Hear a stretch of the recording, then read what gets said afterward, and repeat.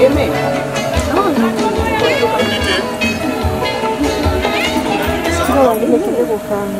ndenge ya respect tobetana na maboko boye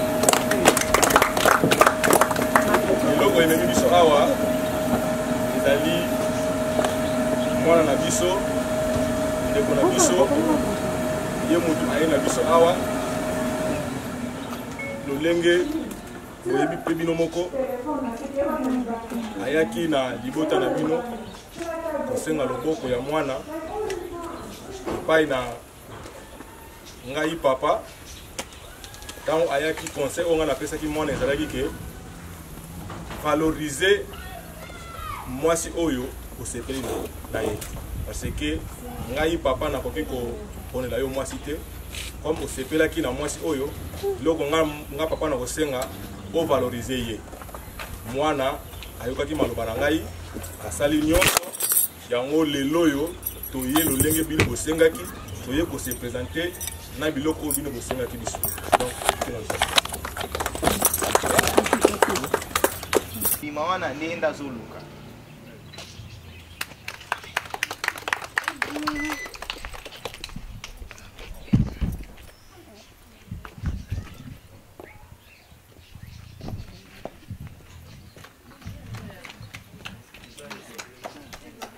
mwasi ozoluka ye oyo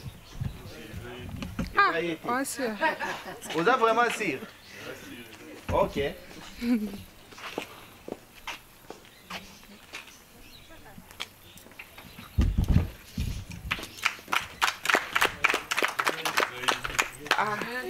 Vous êtes vraiment sûr? Ok. Mbisi moko ya malamu na kati ya famille oyo ya tikali. Mais malheureusement, à un moment, on a zolo waboye, azana ilebo, mboka ya ba parents. Donc, na ilebo na ebité. Yomo binomoko boyebi boza bandeko na biso mboka, ilebo, Kinshasa, akene Nairobi, akita perf aya lisusu awa. Vraiment, il faut bosunga biso. Il faut transport pour yonde oye koloba na kati ya eta na biso. Vraiment sunga biso.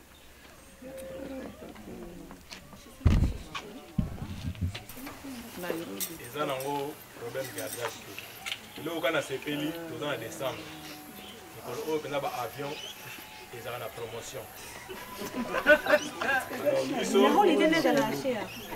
tokokende koluka esika oyo tokokoka mpo aya mpenza mbango awa yango wana transport na biso topesi ye express Naki nanu kotala ba prix ya ba ticket comme ça na zonga na pesa bino ngai.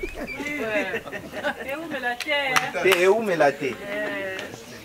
Aimé, où sont tes fous pas moi le snap. Il va être fou avec maman.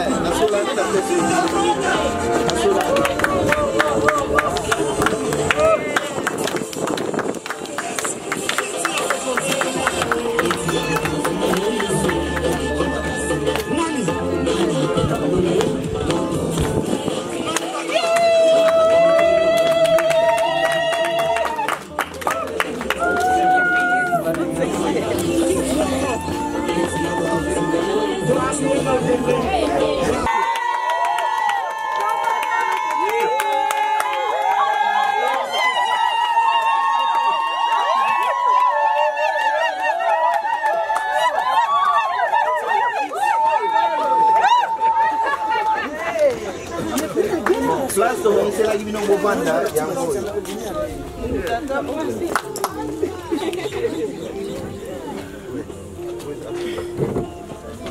Na ko inviter bino peut-être bozana eloko mo bolibo bakisa ou bien.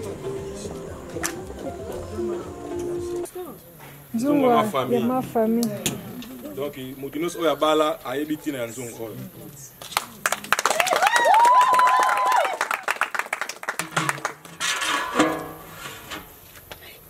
Tozali na sani ya mama ya aluminium ya famille.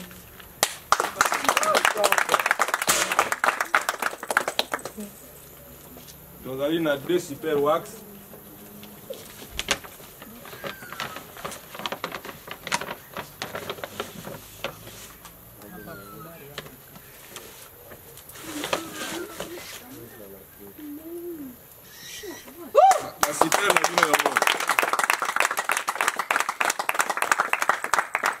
Eza ya qualité moko ya malamu vraiment. Na couleur moko ya kitoko. C'est aussi direct ça. Basengaki foulard moko, mais biso tomoni ke toyaki na maputa mibale, faut pe ba foulard ezala mibale. Oh, pena mouche carpet pena.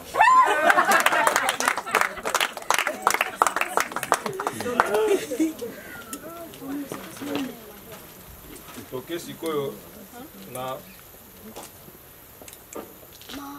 oyo balobaka biloko ya kokauka parce que tokomema nyonso ya mai ke ya kokauka mpe ezalaka utile makasi oyo tozopesa ya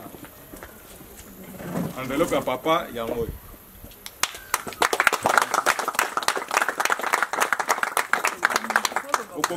balobaka kobota mwana mwasi eza omoni akoli na yo obokoli ye mais okoperdre ye parce que akoya kobénéficie nde na famille ya mobali akoya koapportele bino un plus donc yango vraiment nasengi na ndeko na biso ya mobali lelo toyambi yo epa na biso oza famille mais respect esengo oyo tokozala na mwa mfere yo ekodépendre na ndenge okotraite ndeko na biso Konda yo banakanga umela